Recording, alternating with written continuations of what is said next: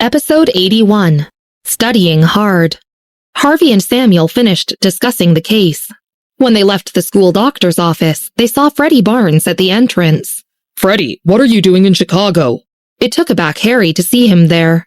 Freddie parked his car and nodded respectfully towards Harvey. "Someone got me to settle a case here. I'll be going back to the capital tomorrow. I'm just here to send my regards to Michael." Michael wasn't ancient, but he was the son of Joshua Clark, who had this precious child at a very old age. So everyone treated him with great respect. Harvey knew that as well, but he did not know who the big shot was, who could get Freddie to come to Chicago for a case. Harvey couldn't help but ask, "Then, have you seen the girl who's been around Michael?" Freddie thought for a while before responding.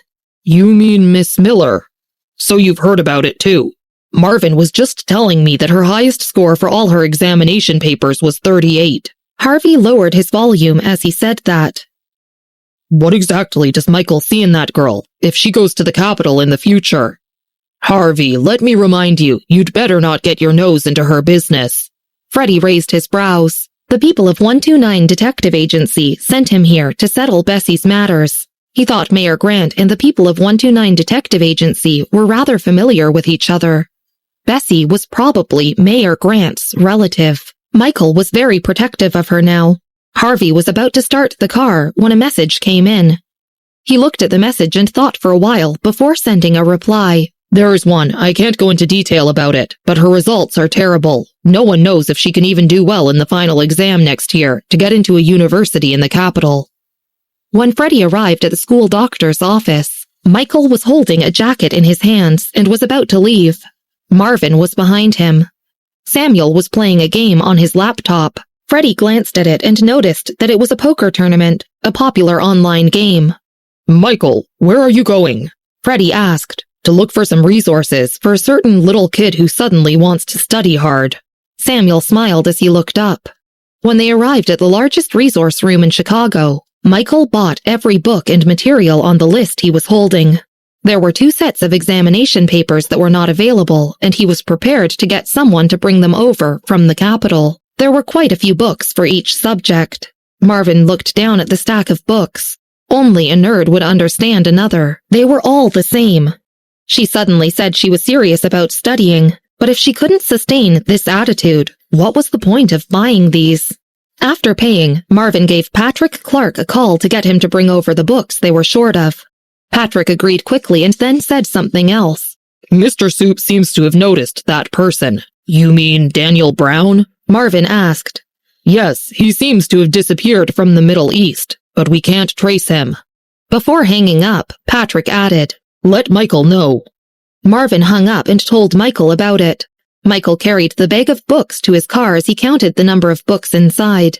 Daniel Brown, the renowned young doctor, often did charitable work on the front line. Grandpa Clark had always been looking for him.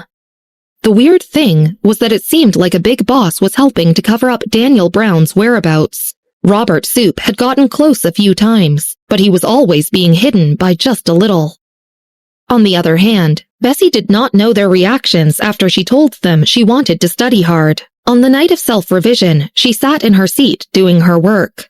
The rest of the English class dared not bother Bessy. Mary had been improving a lot lately, especially in physics. Many people went to ask her physics questions, and even Mary herself did not know why she was suddenly doing so well in physics. Bessy was doing an examination paper. There was some background noise, so she put on her earphones. It seemed like she was working on an English paper.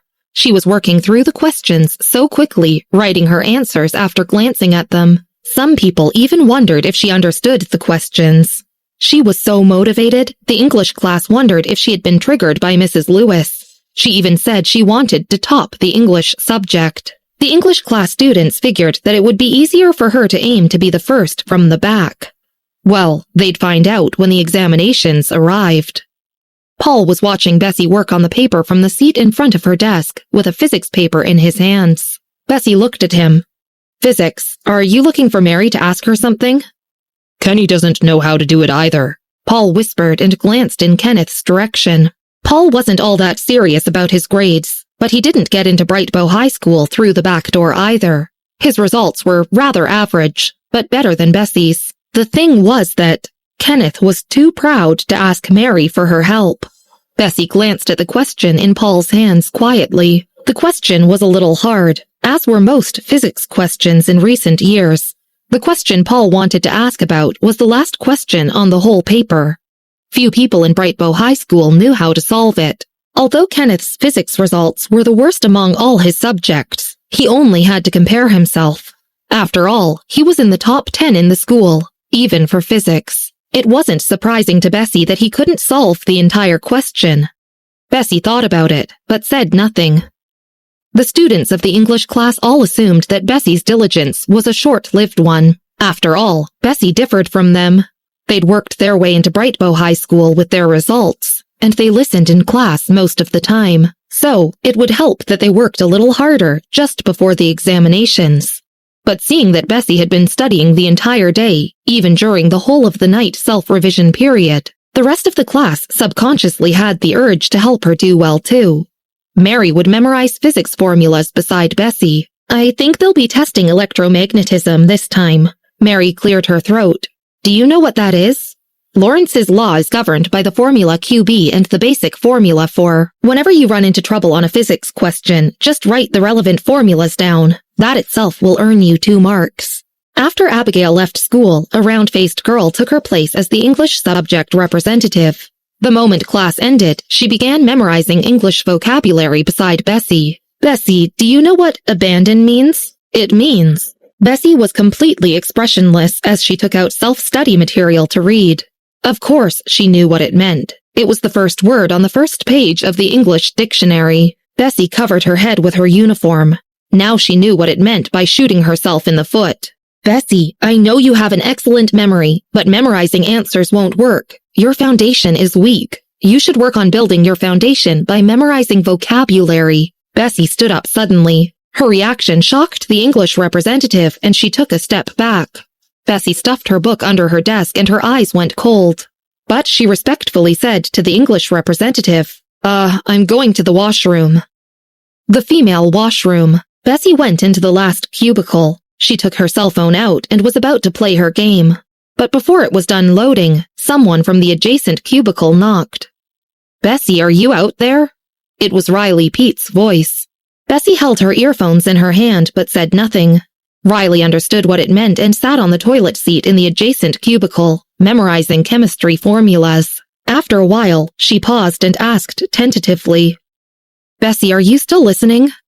Bessy was silent for 2 seconds before she kicked the cubicle door reluctantly. It was a pretty loud sound. That was Bessy's response. Riley went on once she got that reaction. Bessy was speechless. Please just let me be. Thankfully, the examinations were coming up. She couldn't go on playing her game. She stuffed her earphones in and went back to the home page of her cell phone. She hadn't seen the most recent message by Jared and read it now. It simply said, 129 is recruiting soon. This is an internal request from the members. Do you want to come up with a question for the candidates? 129 hardly welcomed fresh blood, and even if they did, they only recruited ordinary members. But even an ordinary member could learn a lot in 129 and have access to various resources.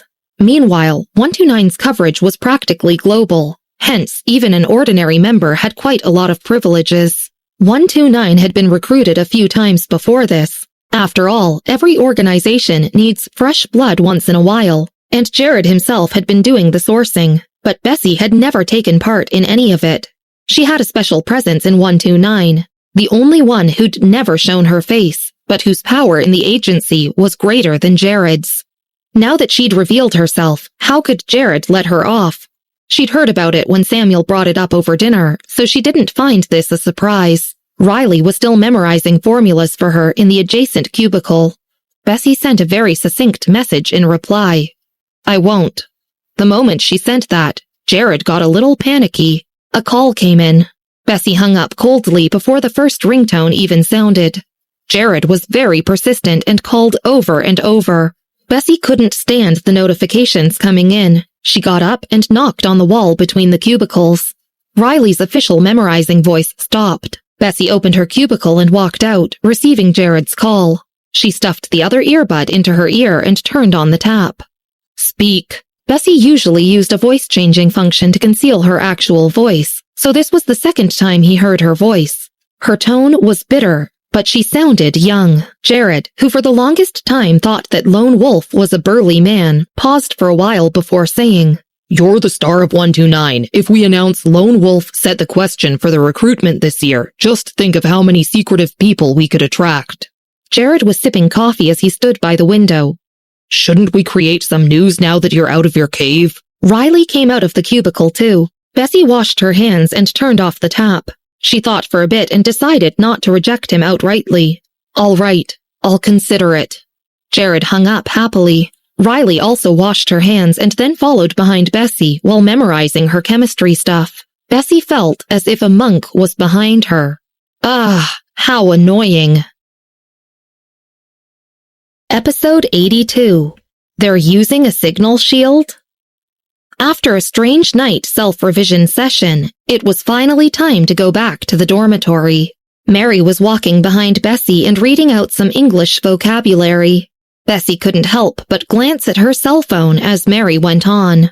"Bessy!" Paul caught up with her at the stairs. "Don't look for me if there's nothing, and don't look for me, especially if there's something."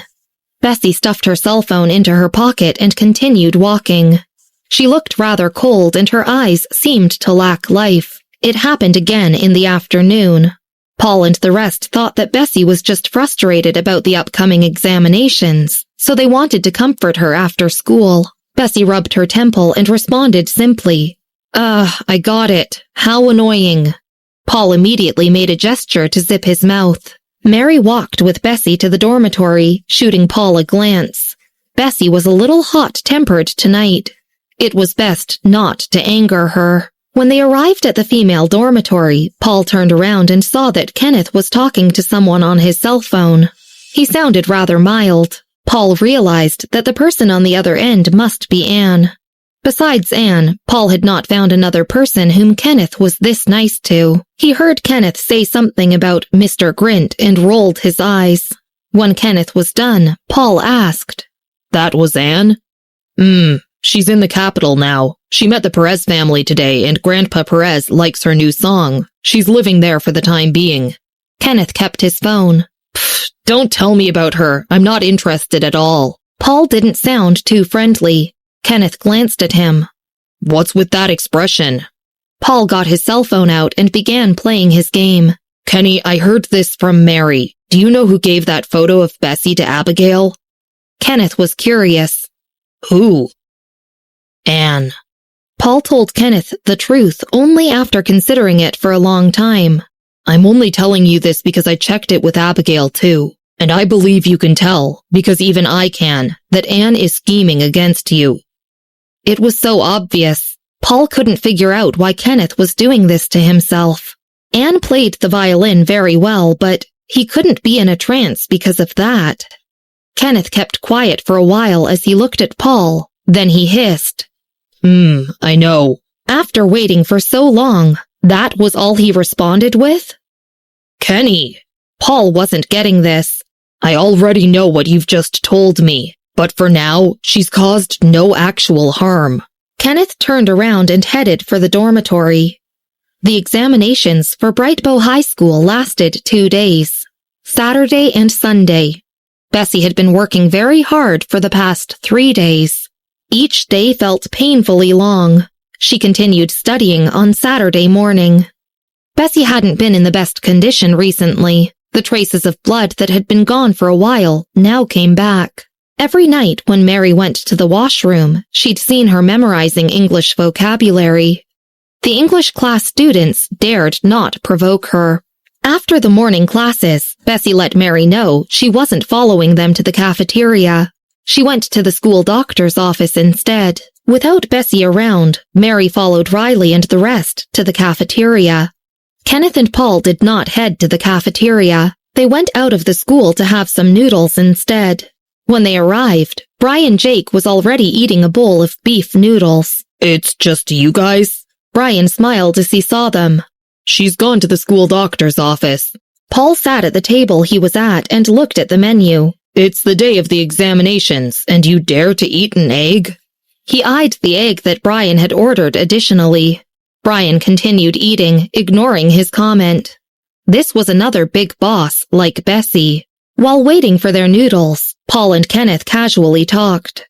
Kenny, who's Mr. Grint you and Anne were talking about yesterday? Has he accepted Anne yet? Kenneth shook his head. I heard he's in Country M now. Although Anne was still in contact with him after she'd gone to the capital, they communicated significantly less than before. That was all Kenneth knew. Brian wasn't too sure what they were talking about initially, but upon hearing this, he paused.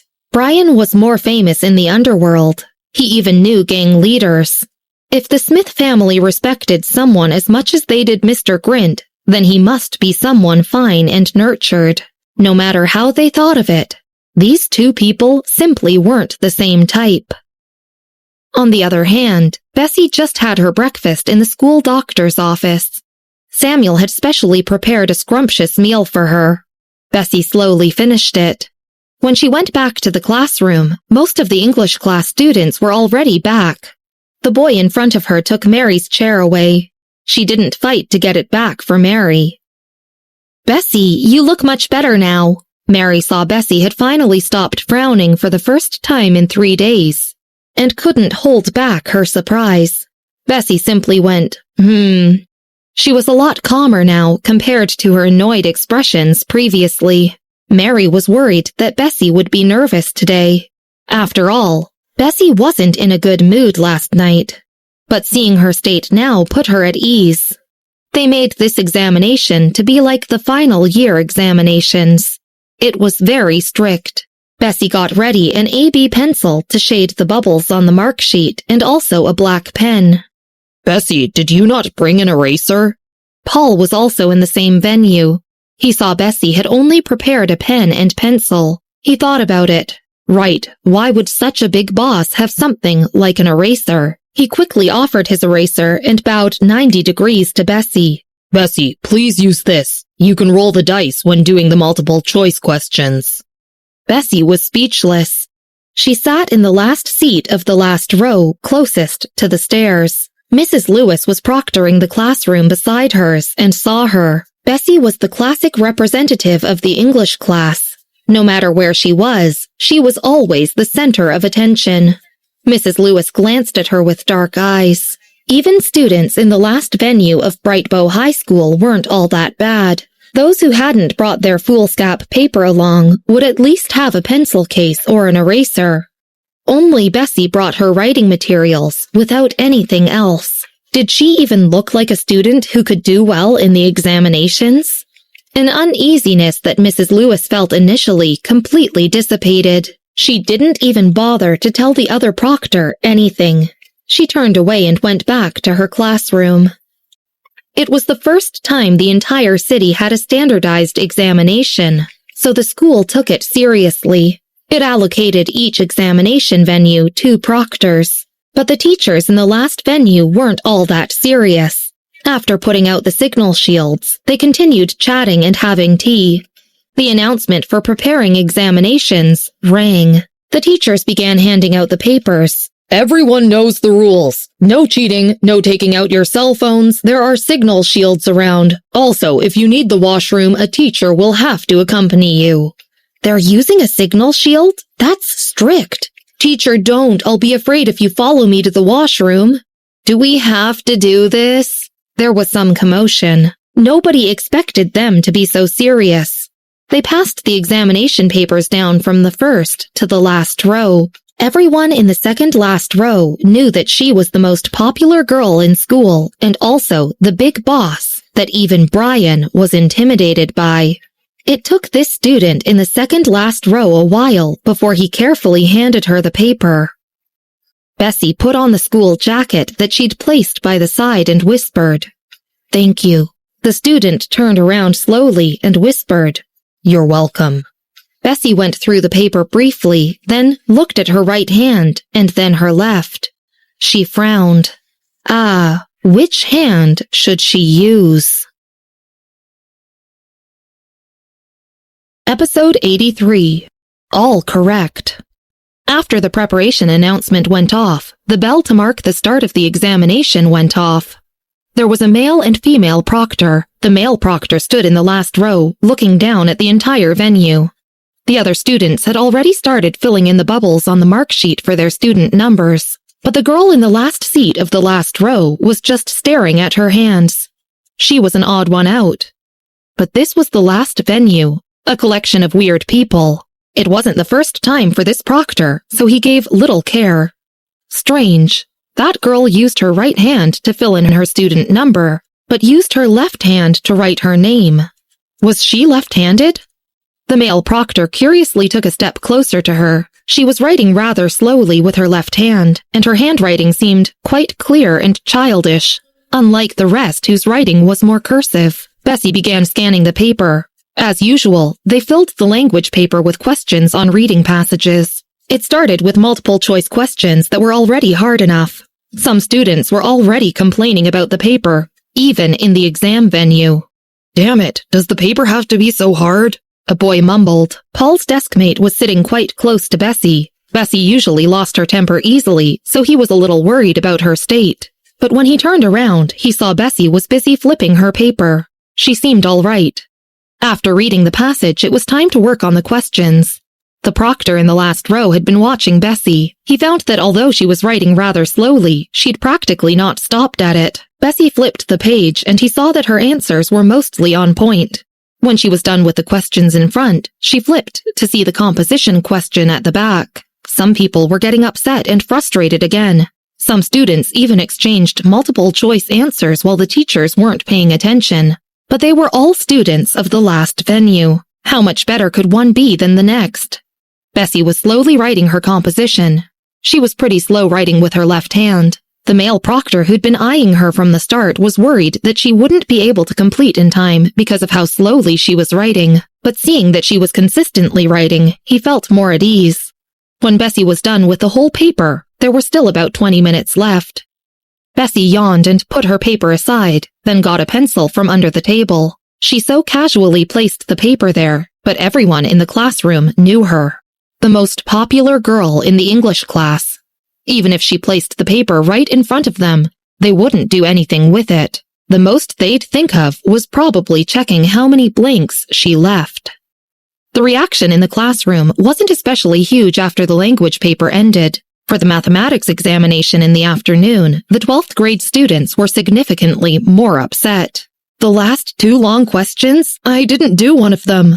A group of students discussed the mathematics paper that night during the self-revision time. One boy was very upset. And then I checked the setter of the paper. It was Devin Hoff. Devin Hoff was a maniac from their province who specialized in analyzing competition questions. He often set questions for the final year examinations too. They had done Devin Hoff's papers before, but they did not expect to be given such a tough paper during a mid-term examination.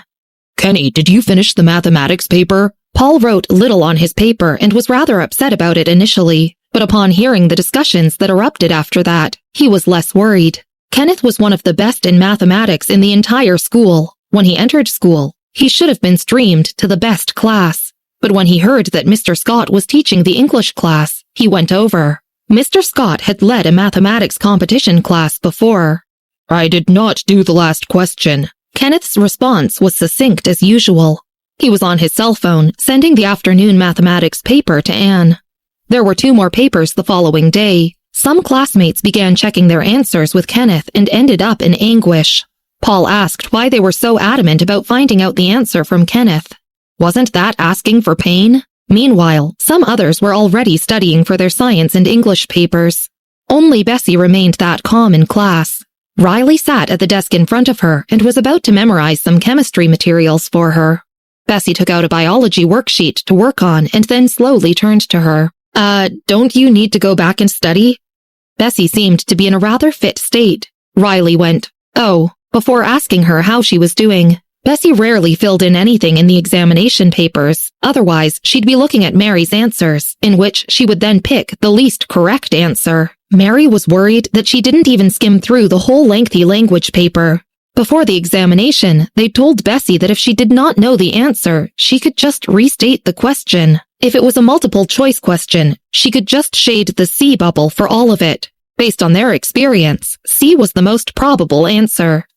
This time, they checked their answers with Kenneth and found that the probability of getting the answer right by picking all C's was rather high. Bessy began doing her practice papers. The chemistry worksheet was new. Michael had just bought it in the morning. She simply went, and worked on her papers.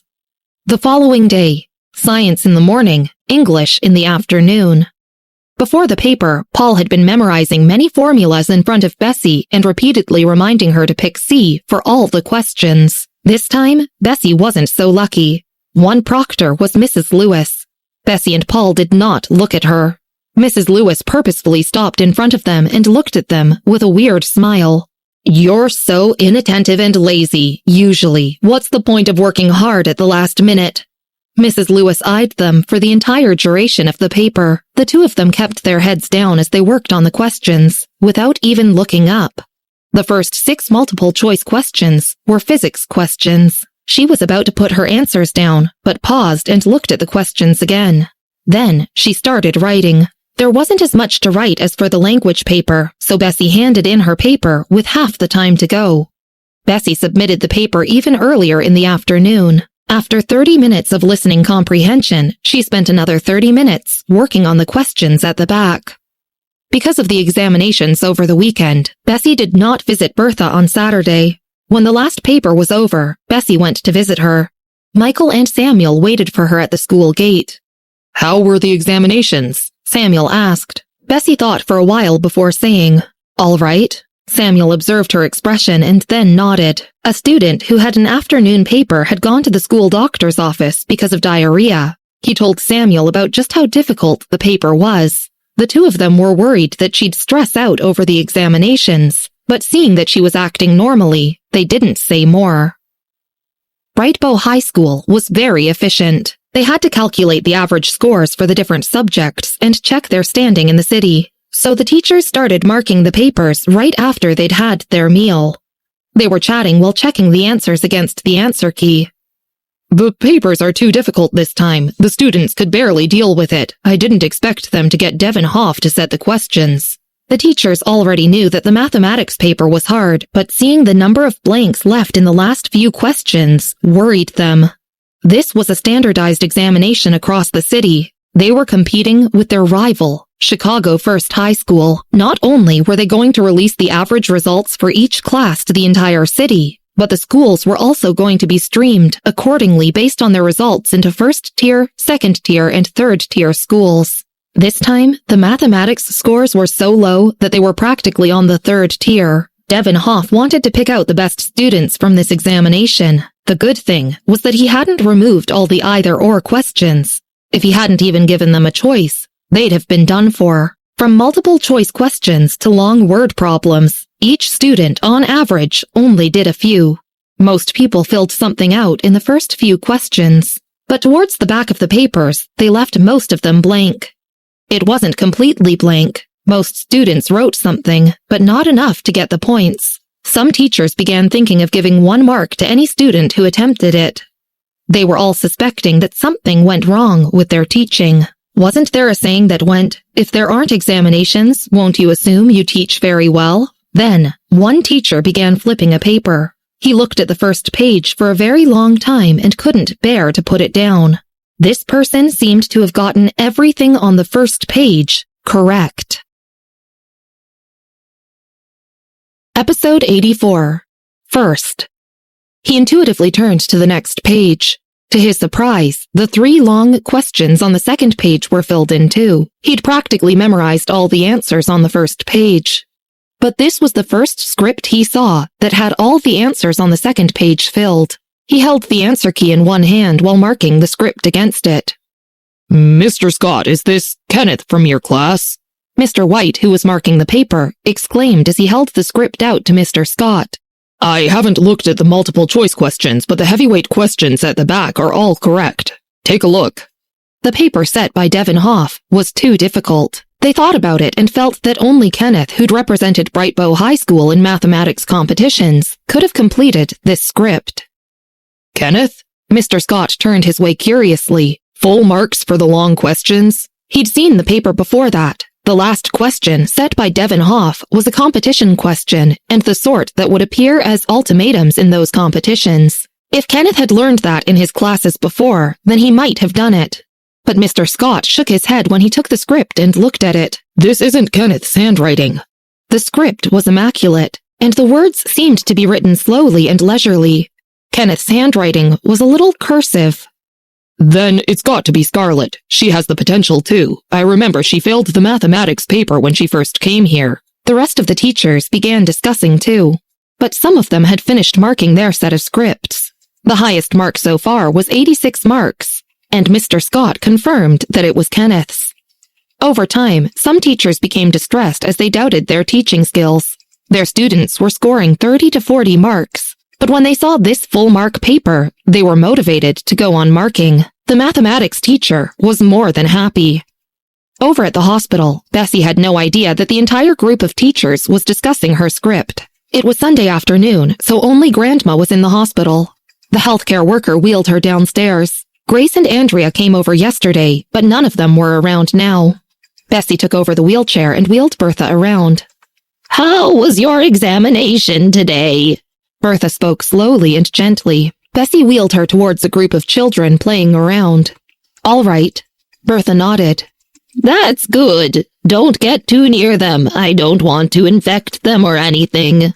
Bessy wanted to tell her that her organs were deteriorating due to age, not because of any illness. What was there to infect them with? But she decided not to. Her grandma would have a way of keeping her quiet. Then she simply wheeled Bertha to the fountain nearby. "Go to the ward and bring me my bag." Bertha was a little tired, but she didn't want to return to the ward. She coughed softly and asked Bessy to get her things for her. Bessy was holding her cell phone while tossing a ball back to the children. "What do you want from your bag?" "A box. A metal box." Bertha described it to Bessy. Bertha did not have many things. They were all just in one bag. Grace recently brought her other clothes. Bessy found the metal box in her bag. It looked rather old and even had a passcode lock on it. She thought for a bit but couldn't figure out what her grandma would keep inside it. When she came down, she saw a few children around Bertha, laughing and talking to her. Bessy went over and one boy turned to look at her. Bessy handed the box to Bertha and sat on the bench there as she scrolled through her cell phone. She looked rather serious and kept silent. Those children looked at her for a while but dared not approach her. There were so many notifications from her class chat group. "Ding dong, science and English papers killed us all," Paul wrote. Ethan put a +1, followed by a lot of seconded comments. Paul then said, "I asked the students from first class. They said that Scarlett didn't write a single thing on the last mathematical question. Kenny, how much did you write?" Kenneth replied, "I didn't finish it." Paul then wrote, "I feel better now." Bertha placed the box on her lap and stroked it. She then glanced at Bessy sitting by her side. After a while, she suddenly said, "Bessy, your grandpa." Bessy looked up. She leaned back on the bench as if knowing what Bertha was about to say. She calmly responded, "I don't want it." Bertha paused. The sky seemed to be getting darker and the breeze cooler. Bessy zipped up her jacket. A nurse came over and reminded Bessy to wheel Bertha back to her ward. In the blink of an eye, it was Monday. Most of the papers had been marked. On Monday morning, some of them were already saying that the results this time weren't too good. The technology department had already put together the results in order. Teachers and students were all rather nervous about it. It was the self-revision period again in the afternoon. The chemistry representative, who went to the staff room to submit assignments, came back with a mysterious look. "I saw a few teachers holding the scripts. I think they have completed the marks." The entire class erupted. "Did you see the marks? What about the ranking?" Some students excitedly came forward to ask. "I saw Miss Wilson holding up the scores. I think they're still being printed." The chemistry representative wasn't too sure. Maybe they'll distribute the papers in the afternoon. The students in the classroom were even more nervous now. But being nervous did not help at all. Some students tried to find out what was going on in the staff room. "Kenny, are you going to take a look?" Paul was anxious too. All of the students did their best for this examination. Mrs. Lewis abandoned the class because of Bessy, and the rest of them were worried that Bessy would feel pressured because of that. Paul felt that if Kenneth went, he might be able to get a hold of the results slip. After all, it was more likely for Kenneth than for himself. So, he kept instigating him to go to the staff room to get it. Kenneth looked at his cell phone as he distractedly responded to Paul. Nope, I already have an estimate of my results. Paul paused and then rolled his eyes.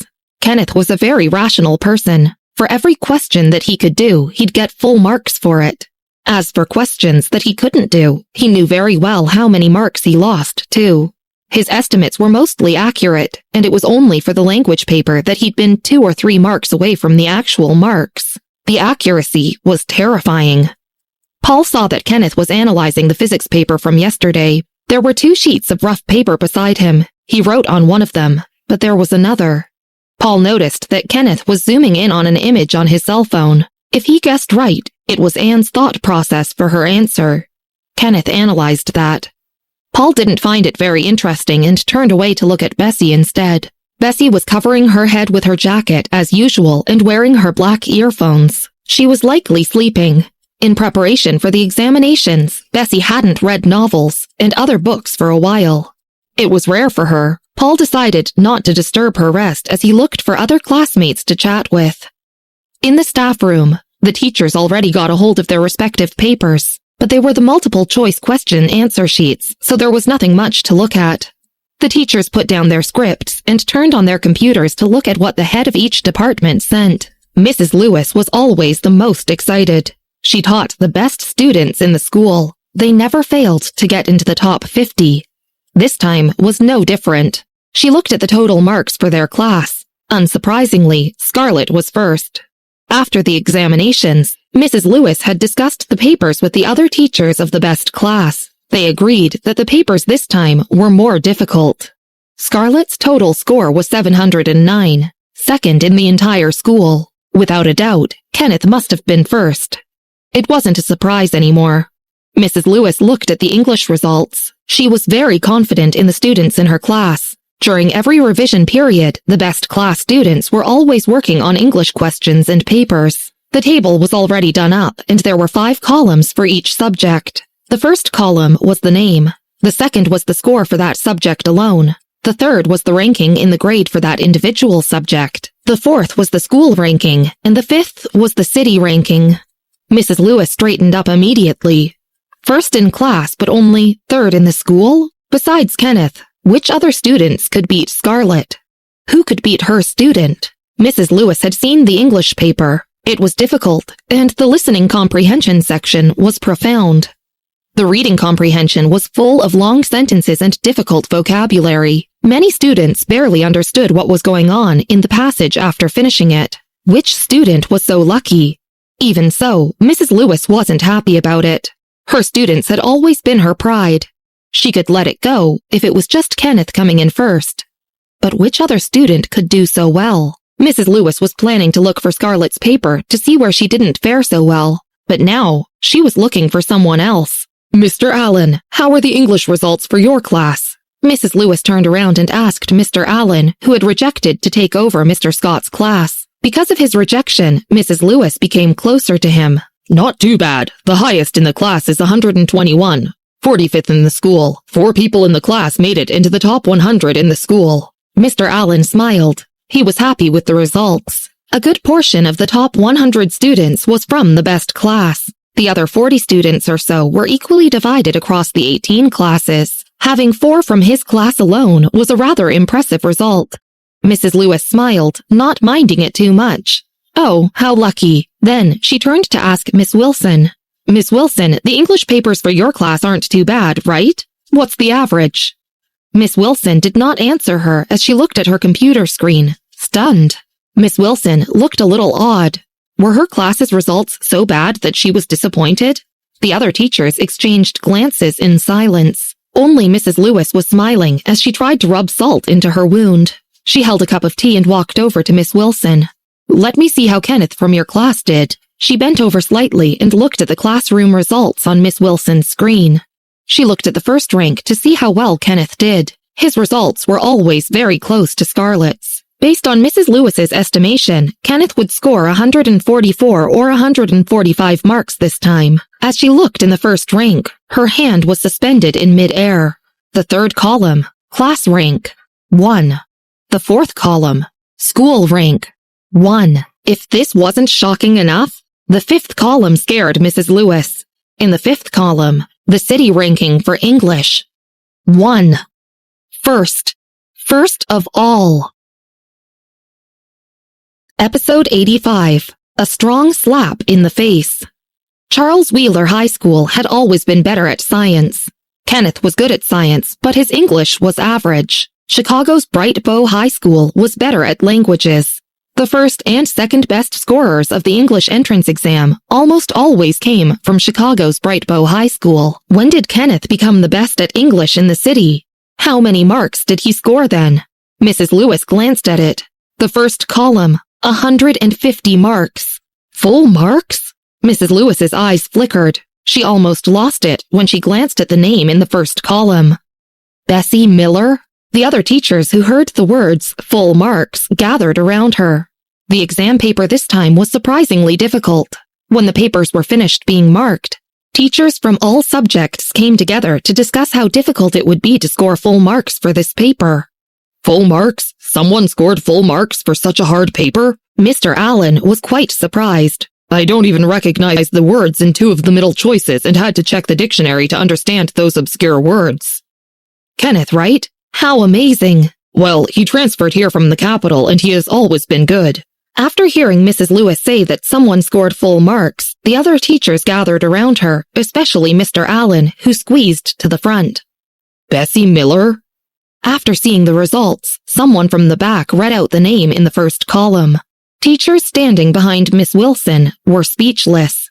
Everyone looked at each other, and their expressions were rather subtle. Bessy's famous name was known to everyone, including Mr. Scott, who only read the classics and, unsurprisingly, the teachers of the 12th grade. Her reputation was also widely known for never having high results. There were even rumors about her since the day she started school. She seemed to be a terrible student, had a messed-up profile, and it would be laudable if she scored double digits in the monthly and weekly exams. This time, she scored full marks? Where did Kenneth and Scarlett, the 2 treasures of the school, belong then? Mrs. Lewis looked at the second column. Kenneth, 145 marks. Ranked second in the entire school and 5th in the whole city. It was very in line with her prediction. Just that. Mrs. Lewis placed her cup on the table, placed her hands on her chest, and looked at Mr. Allen with a sneer. Mockingly, she said, Miss Wilson, I only refused to teach her. No matter how angry she was, she did not have to cheat by getting the city's entrance exam answers. Does she think we are blind? Bessy was lying on the table. Mary was currently discussing her answers with a person sitting in front of her. She glanced at Bessy's hand movements and could not help but poke her arm. After that, she leaned over and whispered, Did you choose C for all your choices in your English exam? She took Kenneth's English script and compared her answers. For this English exam, C was the answer to 42 marks worth of questions. Bessy slowly lifted her head from the table. After hearing Mary's question, she was in a daze for a moment before reacting. It can't be. Can't be? Mary raised her voice. At that moment, she wanted to wake Bessy up. What did you choose then? A, B, or D? She thought about it for a while before turning to Bessy. If you chose A, you could probably score about 30 marks. In reality, Bessy could not fall asleep. She took off the school jacket that was covering her and slowly wore it. When she heard Mary's words, she only raised her eyebrows slightly and did not answer immediately. Looking at her expression, Mary suddenly thought of one possibility. She raised her head stiffly. Don't tell me that you did it by gut feeling. In her impression, Bessy was a very strange person. She could avoid the correct answer accurately and perfectly every time. Bessy coughed twice and casually replied, I guess so. It was over. Mary turned around numbly. The boy in front of Mary also looked at Bessy expressionlessly. A few seconds later, he clutched his chest and turned around in pain. Paul noticed the situation and raised his eyebrows subconsciously. What? Bessy did the English test solely by gut feeling. The class fell silent. The English class representative gave Bessy a grieving look. Mary refused to give up and tried to salvage the situation. Bessy, say that you were just joking. Bessy glanced at the people surrounding her. I object? Mary pondered deeply. Paul opened his mouth and wanted to say, Bessy is just a different firework. At this time, Mr. Scott walked in. The clamoring in the class suddenly stopped. They watched as Mr. Scott quietly stood beside Mary's row of tables. He looked at Bessy and his mouth twitched as if he wanted to say something. Finally, he gave up and said directly, Bessy, you, come out with me for a while.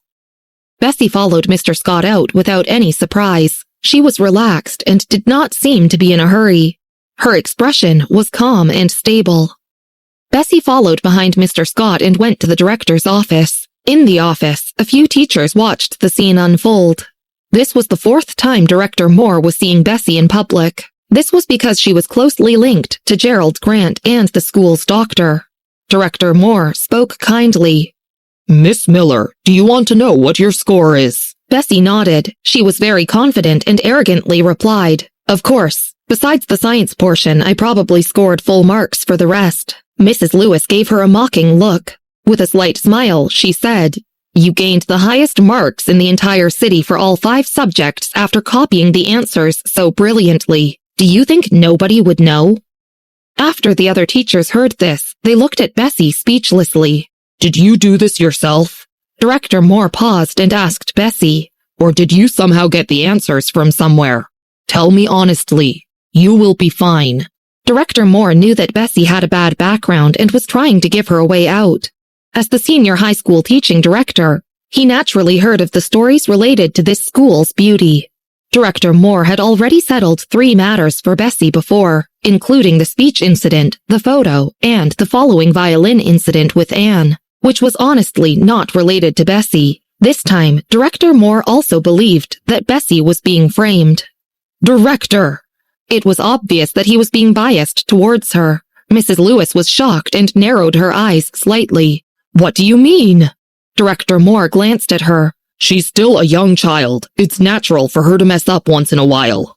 With that in mind, Director Moore motioned Bessy to admit that she was wrong, so he could erase the score and take it as if this situation had never happened. He would just try to make the mistake less serious. Otherwise, no matter who was pulling the strings behind Bessy, Bessy would be labeled as a cheater forever, and there would be a heavy penalty recorded in her report book. Director Moore initially thought that Bessy would understand what he meant. However, a smile appeared on Bessy's face. She said lightly, No one gave me my answers. I did it myself. Director Moore was taken aback. This was not what he expected. He quickly gave Bessy a suggestive look. She should not be saying such things at this time. He opened his mouth. Bessy. Before Director Moore could finish, Mrs. Lewis interrupted him. Her lips curved into a sinister grin as she said, Bessy, are you admitting that you did the paper yourself? Mrs. Lewis wanted to laugh. If Director Moore wanted to cover for Bessy, there was nothing Mrs. Lewis could do to stir up something big. Unfortunately, Bessy was brainless. Even though Director Moore gave her a way out, she was not afraid of making it worse. Let's see how she got the score. Director Moore frowned. He looked at Bessy a little worriedly. He opened his mouth and wanted to let Bessy understand his intentions. Bessy looked at him, but did not seem to understand his deep intentions. She only nodded casually. If it's fake, then replace it. As if she was afraid that Bessy would repent, Mrs. Lewis promptly took out next month's exam questions that she had just come up with. Not all the questions were done, but the multiple choice and fill-in-the-blanks questions were finished, and the difficulty and weight of the questions were similar. Furthermore, she even asked a few observing teachers to come up with questions on the spot. She put the English paper on the empty table in the staff room for Bessy to do, and told the other teachers to come up with the questions at the same time. Of course, as she was afraid that Mr. Scott would cover for Bessy, Mrs. Lewis did not ask him to come up with questions and only asked another math teacher. Director Moore looked at Bessy nervously, and his eyebrows were tense with worry. Bessy said nothing. When she decided to take the exam seriously, she expected this situation to happen. She sat down instantly and answered Mrs. Lewis's English questions. It was simpler than the midterm exams, and she seemed to come up with the answers with a glance. Bessy completed all of them in less than 15 minutes. Mrs. Lewis looked at her with ridicule. When she was done, she quickly took Bessy's paper and scanned it from the first question. Her face stiffened when she looked at it, and her sneer turned into shock. Director Moore had been watching the situation. When he saw Mrs. Lewis's expression change, he vaguely guessed the conclusion. It was unlike what he expected, and he looked at Bessy in surprise. At the same time, a math teacher came up with a math question. This math teacher also taught the 12th grade, and all his questions were lengthy and comprehensive. They were very difficult, and the calculation was very complicated. Bessy finished all 3 questions in less than 20 minutes. The math teacher took her paper in disbelief and went to a corner. He calculated the answers from the script that he took from the director's office. After he calculated the answers, he sat at his desk with a perplexed look. Immediately afterwards, the biology teacher took Bessy's answers. Every question required in-depth knowledge and extracurricular understanding, especially the hereditary process. Even under normal circumstances, he would need 10 minutes to draw the genetic chart. However, Bessy finished the 3 questions in 10 minutes and even got them all correct. These teachers did not announce the results, but everyone could tell the results from their expressions. Director Moore was astounded. He looked at Bessy for a long time without speaking. On the side, Mr. Scott also did not expect this result. He was currently in front of the math teacher who set the question, looking at the questions and answers. While examining them, he kept turning his head from time to look at Bessy, as if he met her for the first time. In the entire staff room, Bessy was the calmest. She massaged her wrists, looked up and smiled. There's still chemistry left. Episode 86. The talented Bessy was discovered. There was no chemistry teacher among the observing teachers. Of all the other exams, only the chemistry exam was not retaken. After hearing Bessy's words, everyone looked at her without responding. Even Mrs. Lewis forgot what she was thinking of when she received Bessy's English paper. She watched Bessy finish those 35 questions within a few minutes. She did not know what to say. Bessy, how could she finish them so quickly? Didn't she know what sort of student she was? Her file was a mess and she never paid attention in class. How could she get all the questions right? In the entire staff room, Mr. Scott was the first to react. He coughed twice, but everyone else was still in a daze. Director Moore, I'll get a chemistry teacher to come up with questions. Only then did the other teachers come back to reality. They thought expressionlessly. Weren't the English, math, and biology papers enough proof? Why was chemistry still needed? Did they need another teacher to come over and question life? Luckily, Director Moore also came back to his senses. He was silent for a while before opening his mouth. There was a sympathetic smile on his face. Mr. Scott, you don't have to call a chemistry teacher. I believe that Bessy did not cheat. After a pause, Director Moore looked at the other teachers in the staff room and asked, Do you have other opinions? The other teachers quickly shook their heads. How could they have any opinions now? They did not have to say much about this situation now. It was obvious whether or not Bessy had cheated. The director turned over and gave Bessy and Stephen a fatherly look.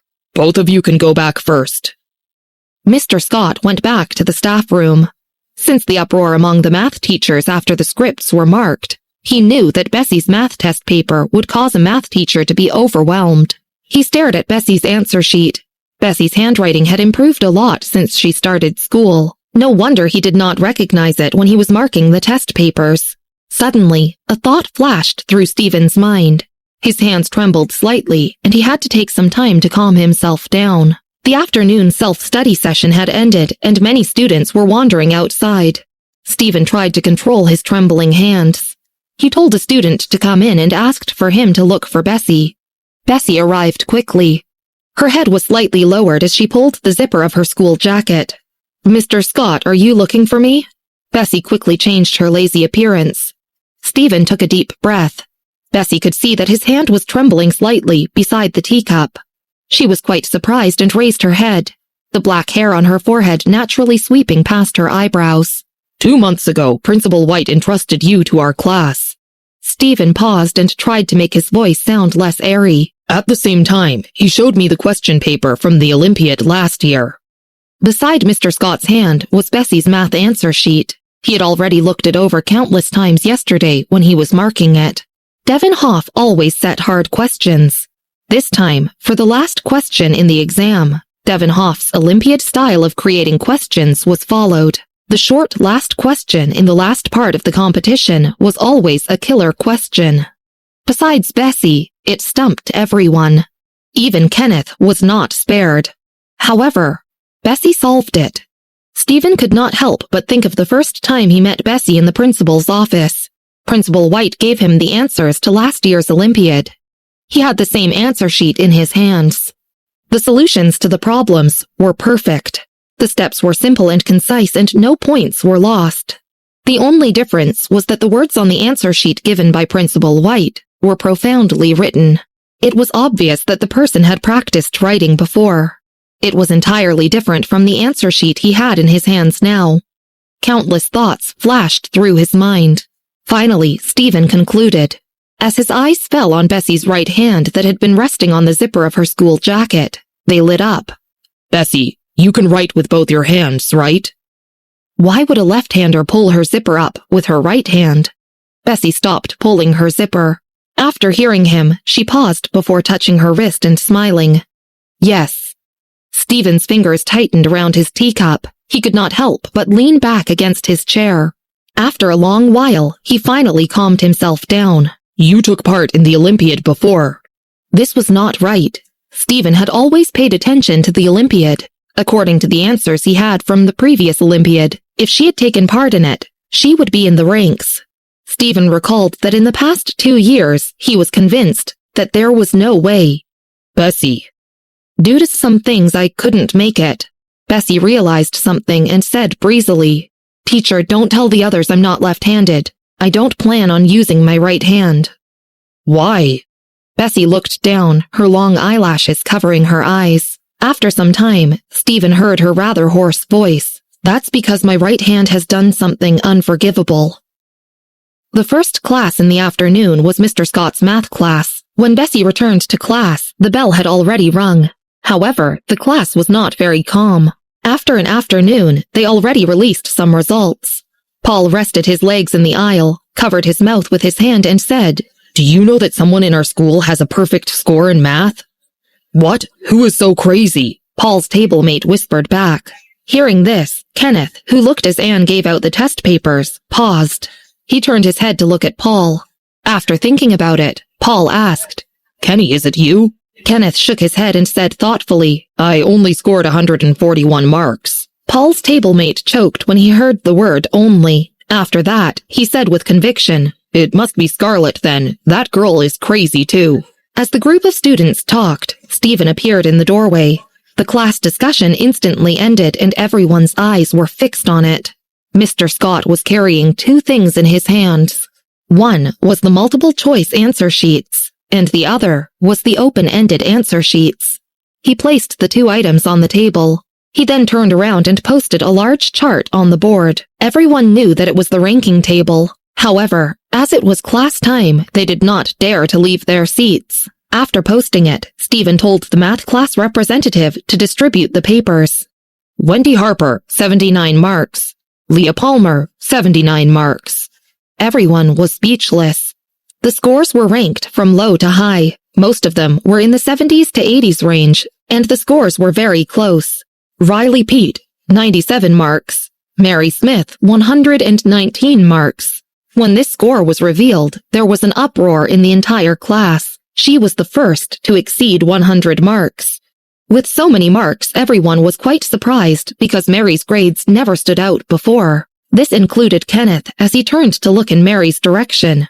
Kenneth White, 141 marks. Kenny is crazy. At least the difference in marks is not that bad. Scarlett isn't better? Kenneth went up to take his paper. This time, the math representative did not throw it into his hands. He paused in his footsteps and looked rather coldly at the math representative. According to the norm, after handing Kenneth his paper, the math representative would have no other papers to hand out. There was still another paper underneath Kenneth's, and he stared at the last paper in a daze. The math class representative did not react for a while when he was passing Kenneth back his paper. He loosened his grip. Kenneth took his paper and walked back to his seat. Only then did the math class representative look up blankly. He seemed to have heard his own mechanical and strange voice. Bessy Miller, 150 marks. When the math class representative said that, the entire class fell into an unspeakable silence. Paul raised his hand, thinking he had misheard it. Standing up, he said, "You read an additional 0, right?" Bessy stood up, pulled out her chair, and lowered her eyes as she took her paper. When the math class representative handed her the paper, he took a second look at her. Her expression was calm. She did not seem too surprised, and her expression was still as carefree as usual. She was always in this state of mind and seemed to have the arrogance of a teenager. In the past, no one dared to provoke her. However, in the eyes of the math representative, there was an unfathomable mystery surrounding her. After they returned the papers, Mr. Scott took out a new paper and stood on the podium, holding a marker in his hand. The tone of his voice was genial as usual. "Everyone performed well for this math test. The average score is much higher than last time. Mary especially had the most improvement. This time, the questions were especially hard, so don't be discouraged. The college entrance exam will not be this difficult. In the entire city, only Bessy had a perfect score." The class remained silent. Riley and a few classmates looked at their teacher in disbelief. How could he say that Bessy scored full marks for the test so naturally? "The class rankings, city rankings, and the result of every subject are out. You can all check them out after class." As soon as the class bell rang, before Mr. Scott could walk out of the class, all the students could not wait to see the results. In the past, they all rushed to look at their results, but this time they rushed to look at Bessy's results. Soon, they found Bessy's name in the third row. Bessy, total score, 646, number 2 in the class, number 9 in the school, number 20 in the city. These were nothing. The most blinding sight was the single row of results that followed at the back. Among the 6 subjects, only physics stood out. Physics score, 0. These results were even more impressive than Kenneth's. Except for the 0 that she scored for physics, the people in the classroom could not come back to their senses. They all looked at Bessy, who seemed to be holding her cell phone and texting. Their eyes were all fixed on her. Mary was the first to find her voice. However, it still sounded airy. "Bessy, have I gone blind?" Episode 87. Bessy is amazing. Bessy did not stop texting. "I think I've said that I did all the questions myself without copying." Mary wanted to choke her. It seems that she really never said it before. The students in the classroom were unusually silent this afternoon. The same 3 things happened for the next 3 lessons after the teacher came in. Firstly, the teacher would praise Bessy. Next, the teacher would praise Kenneth. Finally, the teacher would praise Mary. Suddenly, the first dark horse student appeared in the city. All the teachers were very curious and excited about this. At the same time, the staff room of the 12th grade cluster building. When Miss Wilson came back with the lesson plan, the other teachers congratulated her. "Miss Wilson, congratulations! There's a student in your class who scored full marks on the English test." Miss Wilson had already smiled for the entire afternoon, and she could not stop. "It's all the students' hard work. I didn't do anything. Good luck, of course. It was good luck." All the other teachers knew in their hearts. Miss Wilson only taught the English class for 3 days. How much could she teach them? However, precisely because of this, they were even more jealous of her. They all missed out on a star student. Even Mr. Allen, who rejected Mr. Scott before, felt regretful. Although he was smiling on the outside, he was bitter on the inside. Even though Bessy scored a 0 for physics, everyone in the staff room guessed that her physics was probably not that bad. However, they did not know why she did not answer a single question for it. "Mr. Scott, you are the true winner." The teachers turned around to congratulate Mr. Scott. Some of them instinctively looked at Mrs. Lewis. When Bessy first came to Bright Bow High School, the school was going to assign Bessy's class to Mrs. Lewis, but she refused to teach her, so they eventually assigned Bessy to Mr. Scott. After this, Mrs. Lewis even spoke in public to ridicule Mr. Scott for collecting broken parts. All the teachers in the staff room knew how ambitious Mrs. Lewis was. From the very start, she did not want Bessy because she wanted a class that could produce results. However, after being so calculative, It seemed that she had personally handed a top-notch student who was filled with potential to Mr. Scott. At the start, Kenneth was in an accident. Kenneth wanted to transfer into that class, and Mrs. Lewis was angry about that for a long time. As a result, she developed a long grudge against the English class. However, no one was forcing her now. The school once wanted to place Bessy in her class, but she single-handedly pushed her out of the door. Teachers naturally knew the thoughts of other teachers, especially ambitious teachers like Mrs. Lewis. She was aiming to be the next outstanding teacher. Initially, it was a sure bet, but now that this happened, no one knew if she would still win the title. After all, she could not tell Bessy's score for physics for the time being.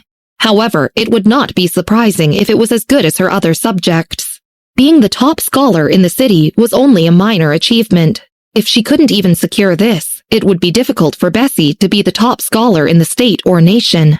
Thinking this way, everyone looked at Mrs. Lewis subconsciously. Being the most outstanding teacher would be like playing a risky game to Mrs. Lewis. These teachers secretly evaluated the situation. How could Mrs. Lewis not know about this? She was a little annoyed after being sized up by the people surrounding her. It was all because of Bessy's tomfoolery again, and she could not regain her composure. If Bessy was in the same situation as Kenneth and refused to join the best class, it would not matter so much. However, this was not the case. Mrs. Lewis knew that she personally pushed Bessy into Mr. Scott's hands. What else did she leave in her grasp in the past, but rejected it and gave it to someone else, only for him to benefit from it? In an irritable mood, Mrs. Lewis took her bag and prepared to go home for dinner.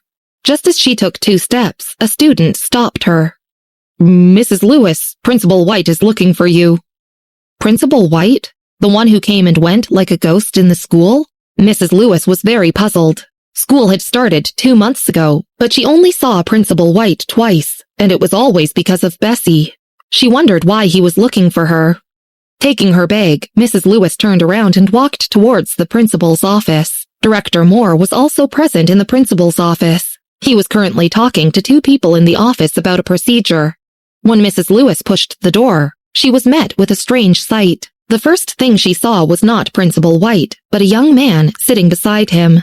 He sat on a chair with a lazy posture. He placed one hand on the table and held a teacup with his other hand, his fingertips knocking the edges of the teacup casually. His movements were clear. Only his droopy eyes looked rather lazy. "I heard that you don't teach the English class anymore." Principal White raised his head and looked at Mrs. Lewis. "Because of Bessy?" Mrs. Lewis was surprised and felt that something was very wrong. She did not dare to answer directly and tried to diffuse the situation. "I also didn't know that she—" However, her heart was jumping in fear. At the start, when she saw Bessy's profile, she only focused on a few points. One was her studies, and the other was her messy past. Another was her family background. Mrs. Lewis only knew that she had a sick grandma and her father worked in Fairfield. The other details were vague in her mind. This was why she immediately rejected her as a student. In the past, when she did not want to teach Bessy, Mrs. Lewis considered whether she could deal with the Miller family. No matter what, she was only against Bessy. Besides, in her eyes, Bessy could not do much to harm her. Or, so Mrs. Lewis thought. "Whether you know it or not, the purpose of our school is to provide a certain stand of quality teaching. Do you know what a horrible mistake you have made by letting your emotions get in the way of your teaching?" Principal White threw his pen on the table and spoke. Her entire body stiffened. She knew she was wrong, but she did not think that the school would find fault with her over someone insignificant like Bessy. After all, Bessy's results were too poor, and even if she was in charge of the best class, she did not expect that Principal White, who appeared very little in school, would care about something so small. "Bessy proposed this situation. I didn't say that I wouldn't teach them." Right now, Mrs. Lewis completely forgot about Bessy's results. Her back was drenched in a cold sweat. "Look at what the school forum says." Principal White signaled to Director Moore to show Mrs. Lewis his phone. Mrs. Lewis was a little unstable as she held the phone. She forced herself to read the content on the forum, and all the blood was drained from her face. Michael put down his teacup and looked at the time on his watch. He stood up and politely said, Principal White, you should be clear on this matter. Could I trouble you to solve it? I have to return to the school doctor's office. His expression was rather light, but menacing. From the start until now, he only said one thing, but it was something everyone paid attention to. Principal White stood up, nodded, and sent Michael out. Mr. Clark, take care. After Michael left, Principal White finally looked at Mrs. Lewis again. Mrs. Lewis, no matter what, using physical or emotional aspects to put down a student is frowned upon. As you are the form teacher of the best class, it's not very good to punish you, so I will just take note of this for now. After Principal White was done, he waved his hand and told Mrs. Lewis to leave with Director Moore. However, Mrs. Lewis felt that her blood was flowing backward and she was extremely cold. She did not know how she managed to leave. The wind outside was quite strong for the past few days. With one gust of wind, her entire body shivered. She could not help but feel that her days of climbing the ladder as a teacher were over. Her delicate makeup could not hide the paleness of her face. Director Moore, why did the principal suddenly get involved in this? Looking at her, Director Moore could not help but shake his head. You should remember that at the start of school, I told you to go to the school doctor's office less often, right? Mr. Clark, who was there just now, is Bessy's guardian. Mrs. Lewis, who was already feeling uneasy, suddenly had a realization. She remembered that at noon today in the staff room, Director Moore was trying his best to protect Bessy. She felt that it was strange, but now Mrs. Lewis finally understood. But I clearly remember Bessy's family background. Her father is only an ordinary worker. Mrs. Lewis's forehead was dripping with cold sweat. Director Moore glanced at Mrs. Lewis, turned around and calmly explained. Principal White referred Bessy to this school.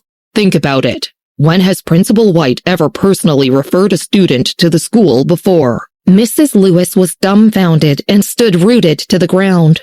She rejected Bessy because of her grades and because she had no powerful backing. But now? Mrs. Lewis took a deep breath. Right now, she could only hope that the top scholar of the college entrance exam would not be Bessy. Only then would Mrs. Lewis feel at ease. It won't be her. It definitely won't be her. Mrs. Lewis placed her hand on her heart and pursed her lips. Bessy joined the school for 2 months. In the start, she became famous for being the new beauty queen.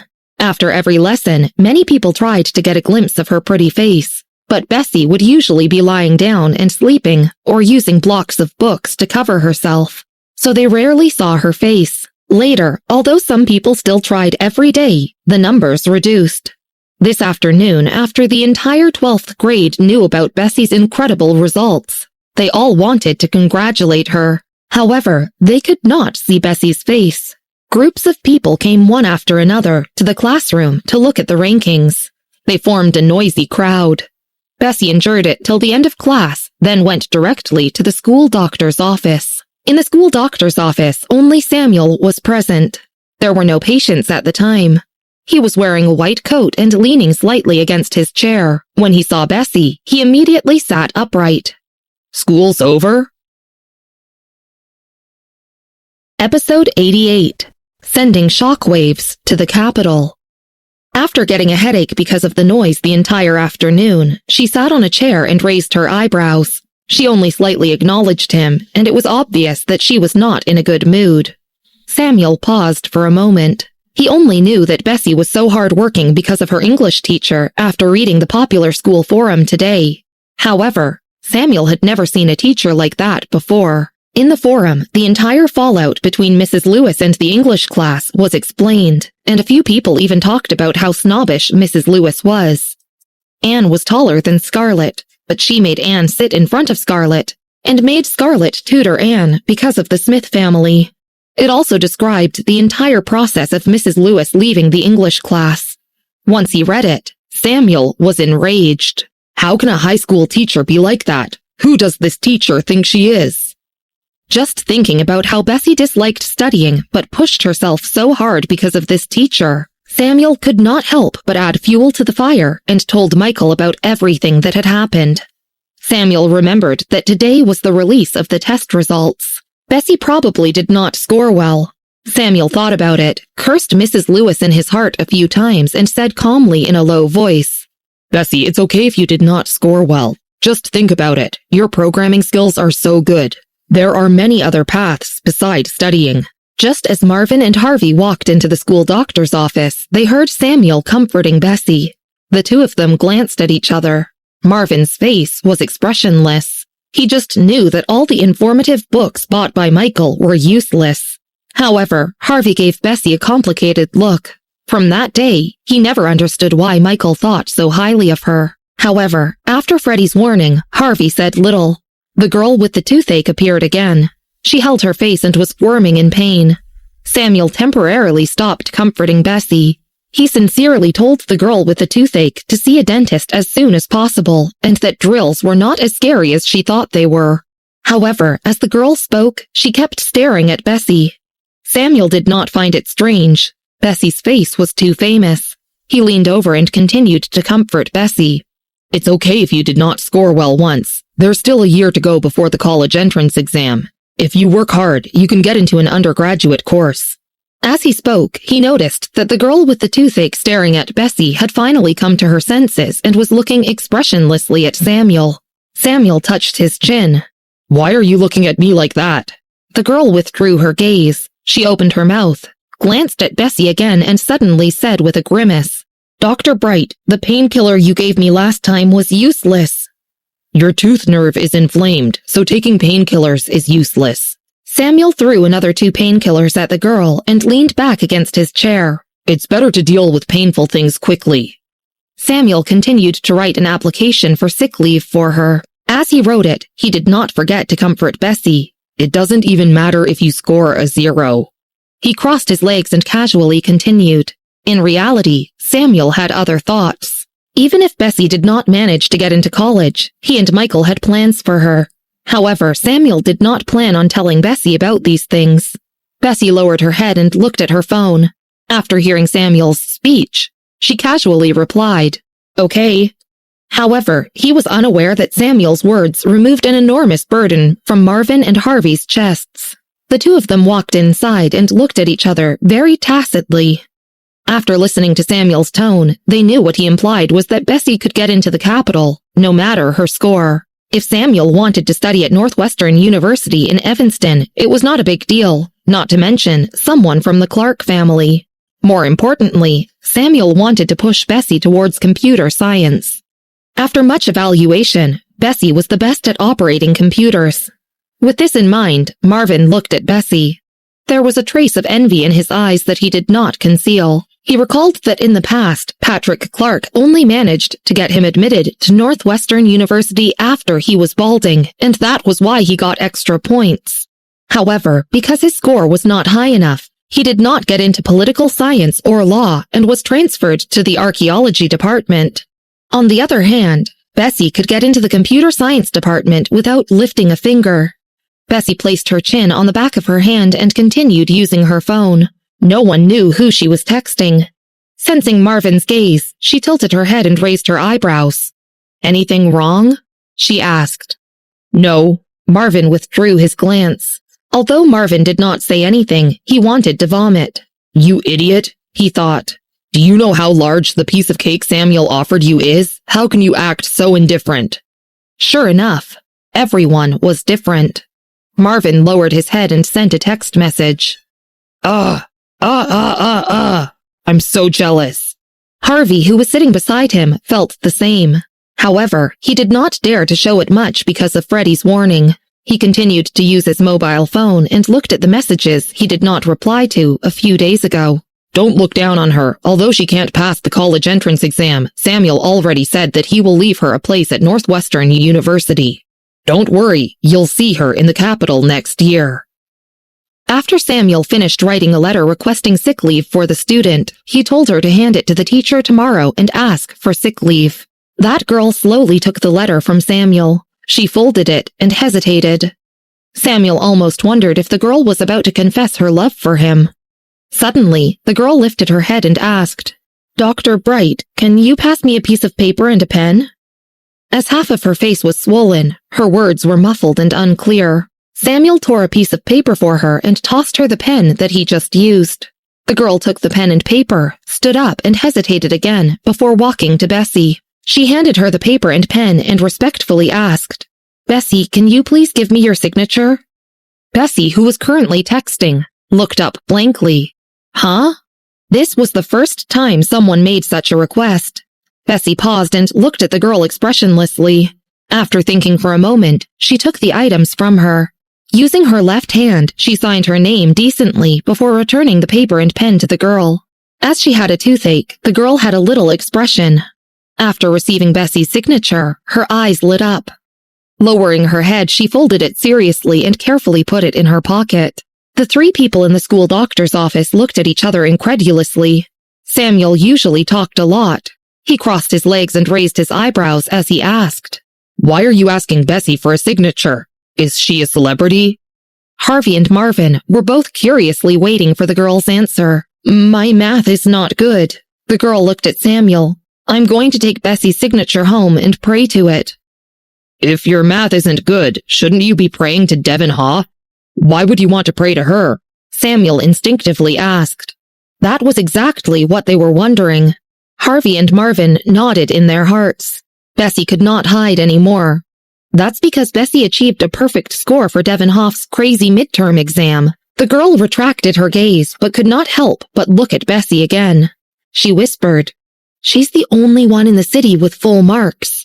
To the 9th, 10th, and 11th grade students, Bessy was a girl who could deal with Devon Hoff. Besides being the most popular girl in the school, she now had another mysterious element to her name. She was not the only one who wanted Bessy's signature. The school doctor's office was silent. Samuel paused.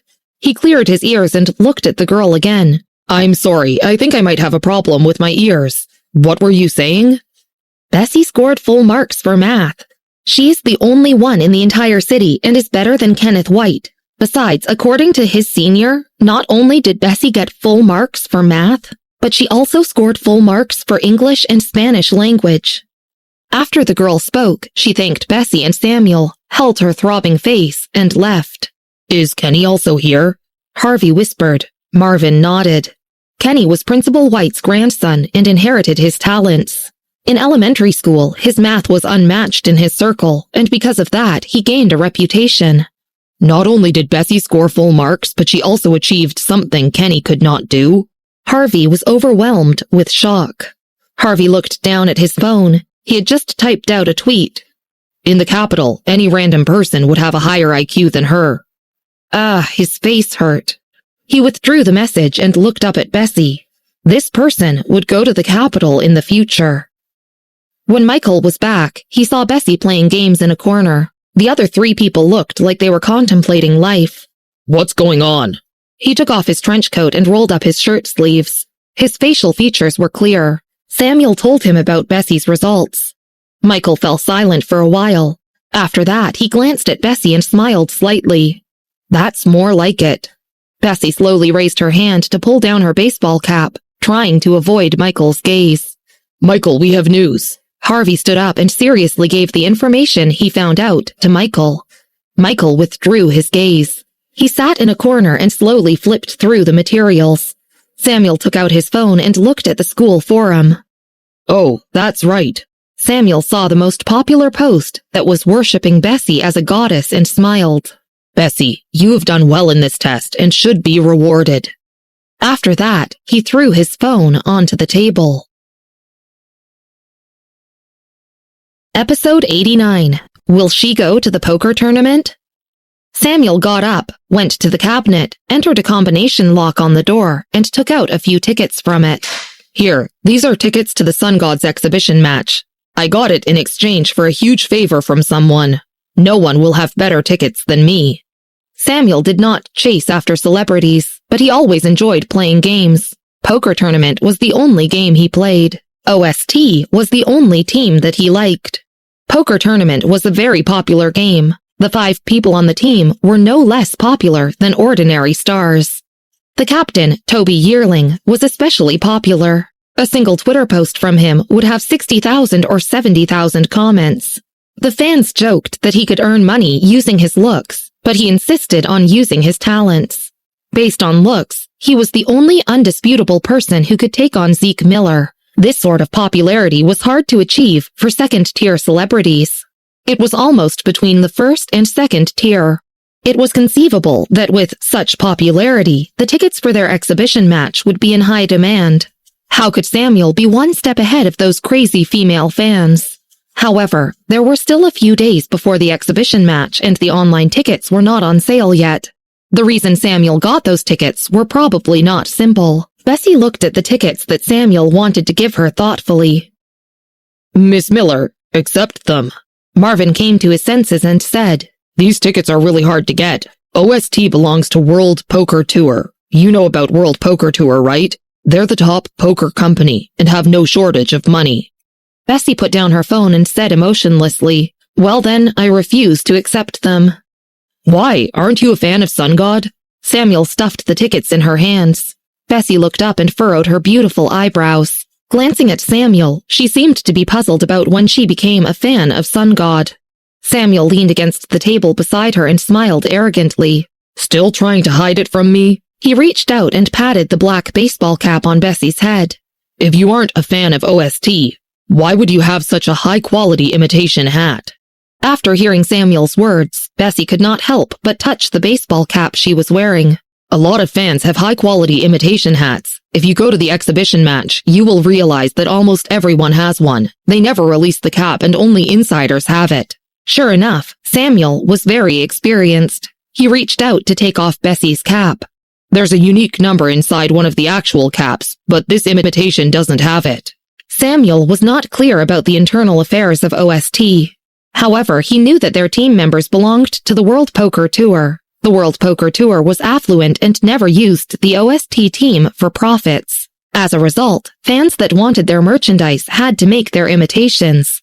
If they wanted to see them, they had to attend competitions. Liz Channel's variety show used to invite them after they won the championship and gained a wave of popularity, mainly because they wanted to invite the captain, Toby Yearling.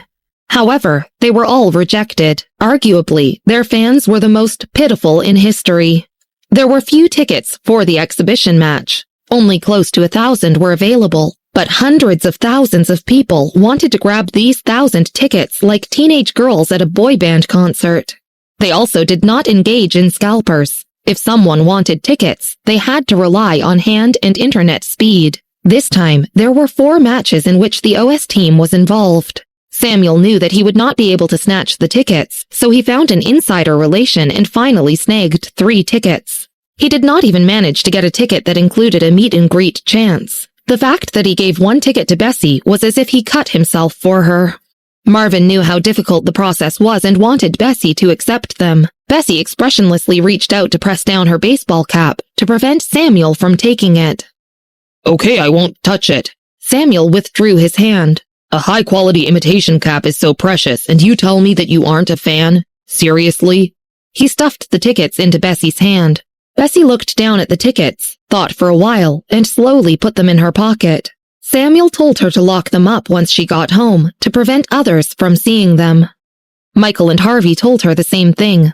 There's still something missing in the information. Michael reached out for the computer on the table. He tilted his head, looked at Bessy and tapped the table. Slowly he said, When you are done, ask Captain Gomez to bring it over. As Bessy had tests, Michael did not bother her about these things for a few days. Bessy sat beside the computer and started working. Her fingers pressed on the black keys, distinctly. Only the sound of the keyboard typing was heard in the school doctor's office. Her side view looked extremely serious. Harvey stood behind Bessy and looked at her. In reality, he had still not come to his senses yet. The Bessy in front of him was very different from the impression he had of her in his mind. He could not help but feel a little distant.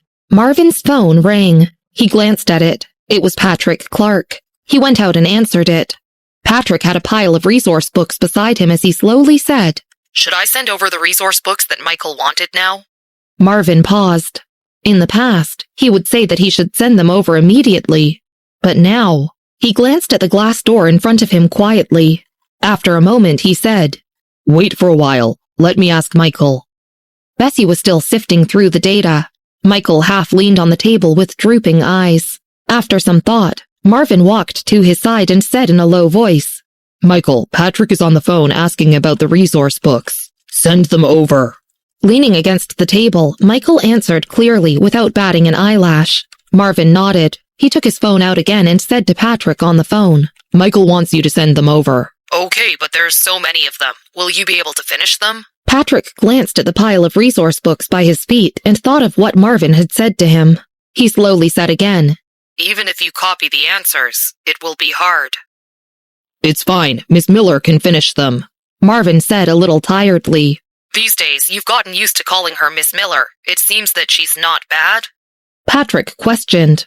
Although Marvin had been calling her Miss Miller recently, his tone today was quite different. Marvin replied, Well, you will know why tomorrow. At night, everyone from the English class attended the evening self-study. Usually there were no lessons during the evening self-study period, but the physics teacher came over tonight carrying a thermos flask. He presented 2 multiple-choice questions to the English class. The calculations filled up the entire board. In the process, the physics teacher praised Mary, followed by Kenneth. He emphasized Mary. Mary, you're improving exceptionally fast. I have high hopes for you. The entire class was numb after hearing the teachers praise Mary for the entire day.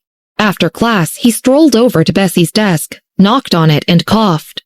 Bessy, come to my office for a while. Today was a little cold as usual, and it was quite windy. Bessy was wearing a gray sweater. Acknowledging him, she raised her head and casually threw her extracurricular books under her desk. When they arrived in the staff room, the physics teacher put down his lesson plan. Bessy, are you very dissatisfied with me? Why didn't you do a single physics question? He pointed to the very obvious 0 in the last row of the results list. Bessy lowered her head rather obediently. Calmly, she said, I want to let you know that I don't know how to do any of them. The physics teacher was speechless. He believed it. As the students in the class watched her leave, they came together to discuss it. I just knew that the physics teacher would look for her. Paul looked up, leaned back, and raised his eyebrows. After some thought, he poked Kenneth's back. Kenny, why do you think Bethy did not answer a single question for physics? Is it because she doesn't know how to do them or because she's trying to cause a scene? Kenneth looked in the direction of the classroom door and coldly shook his head. I don't know. Seriously? Paul could not understand why, so he stopped asking. Paul, look at this post. It's time for you to pray to that god of studying. Wait, I'll upload Bessy's math paper. Paul's tablemate went to look for Mary to get Bessy's paper. As the few of them continued their banter, suddenly, someone at the back remembered something. I heard that someone is going to transfer to our class. How did you find out? Paul curiously asked, since they were already in 9th grade. Their class was particularly popular this year. Last night during dinner, my uncle told me.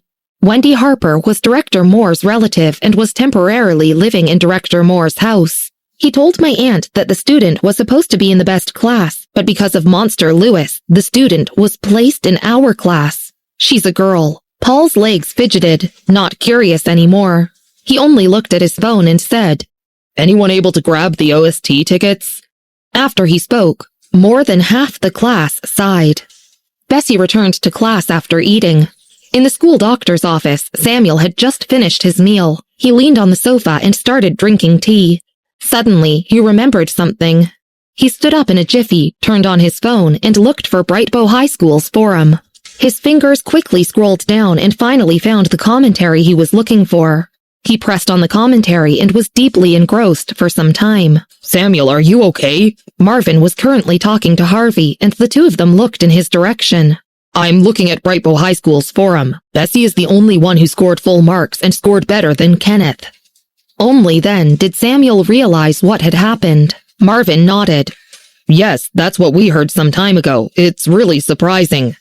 She got 150, while Kenneth got 141. Samuel was in disbelief. These questions are Olympiad questions set by Devon Hoff. Does that mean that her mathematical reasoning is much better than Kenneth's? Episode 90. Where is Bessy going? Michael was currently playing with his human model. He paused when he heard what Samuel said. It can't be right. Marvin and Harvey looked at each other. They did not understand why Samuel had such a delayed yet huge reaction. Samuel did not explain anything to both of them. It did not shock him that Bessy scored better than Kenneth, but because of something else. Principal White has not found a successor in years and even left the capital to be a principal here. Samuel recomposed himself and looked at the two of them. Do you think that Principal White is here in Chicago because he wants Bessy to be his successor? Principal White told them that he was looking for a successor a long time ago. Initially, he and Michael doubted whether what Principal White said was true. Besides, the two of them had searched Chicago and failed to find a potential candidate for Principal White. Until he had an epiphany today.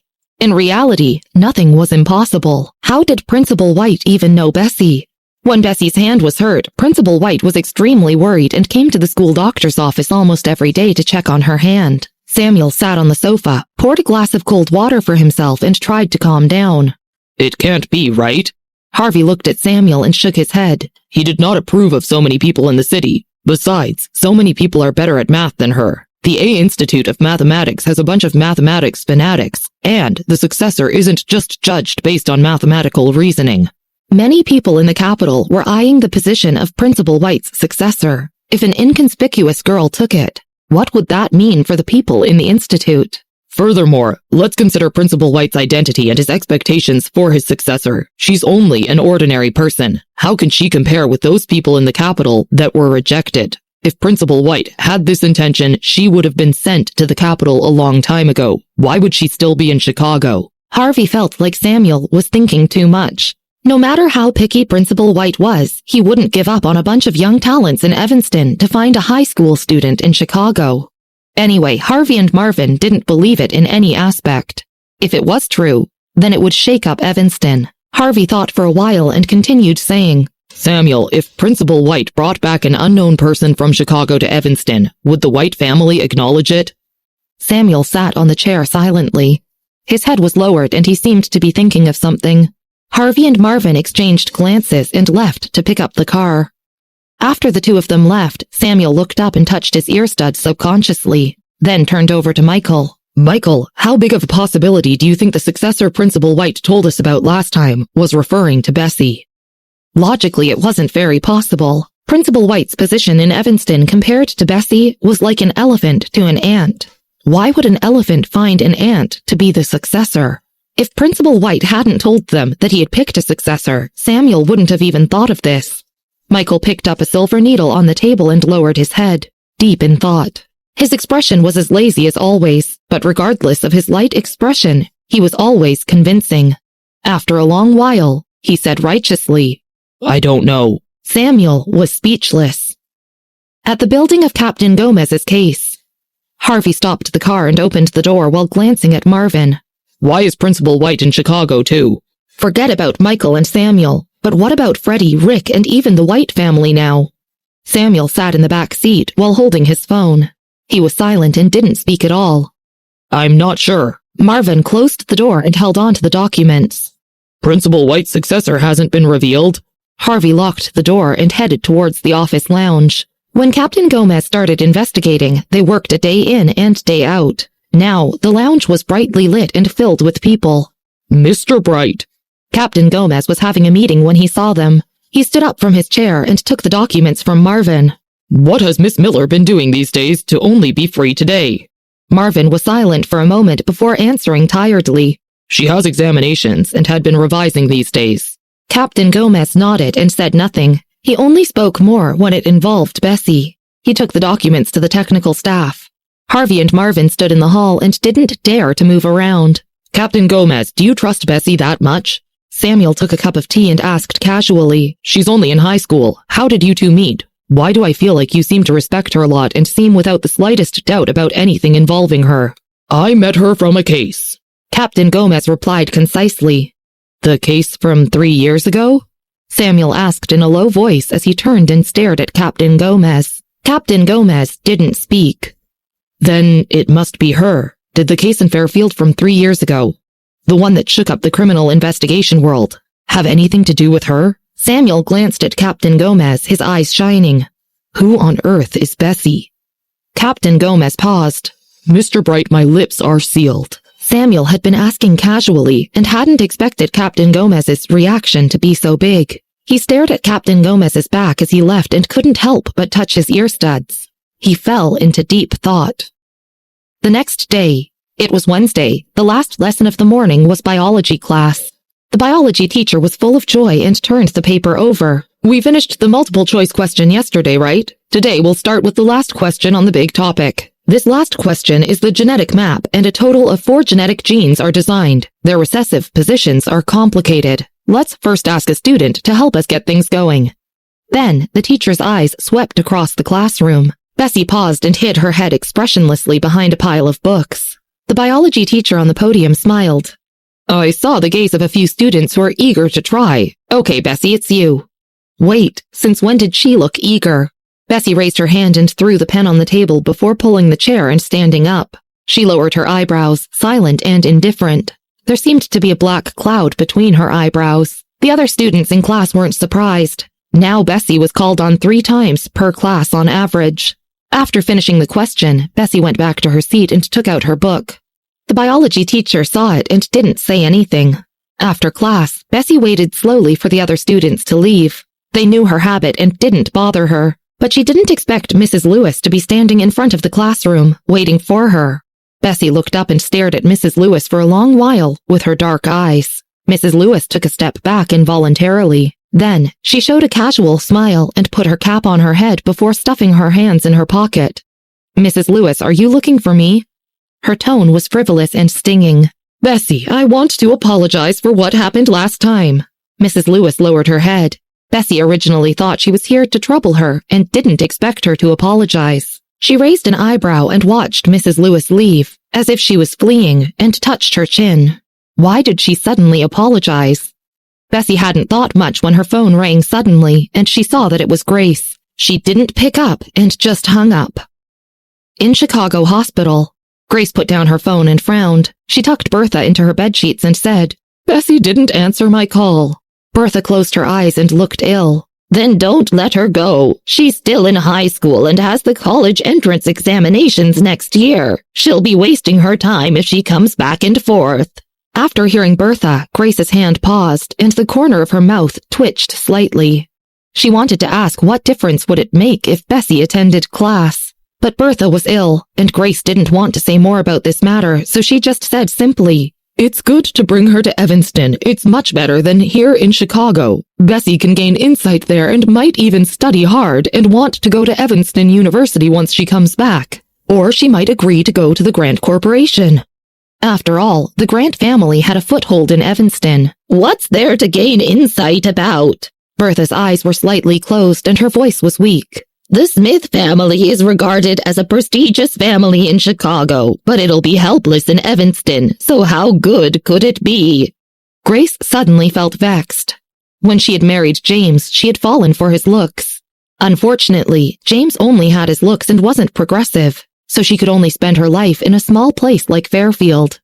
Bertha had always been short-sighted. She had told Grace that James was honest, but what was the use of being honest?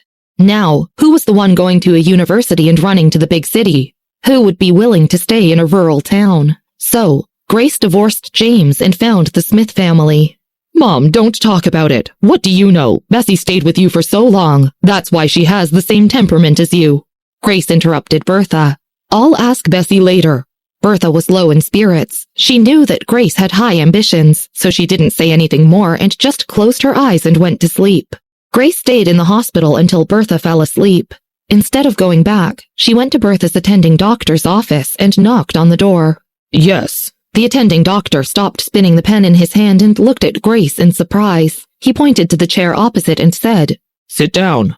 Grace sat down and put her bag on her lap. Doctor, what happened to my mother's disease? She was fine a few years ago. How did the radiation get so severe?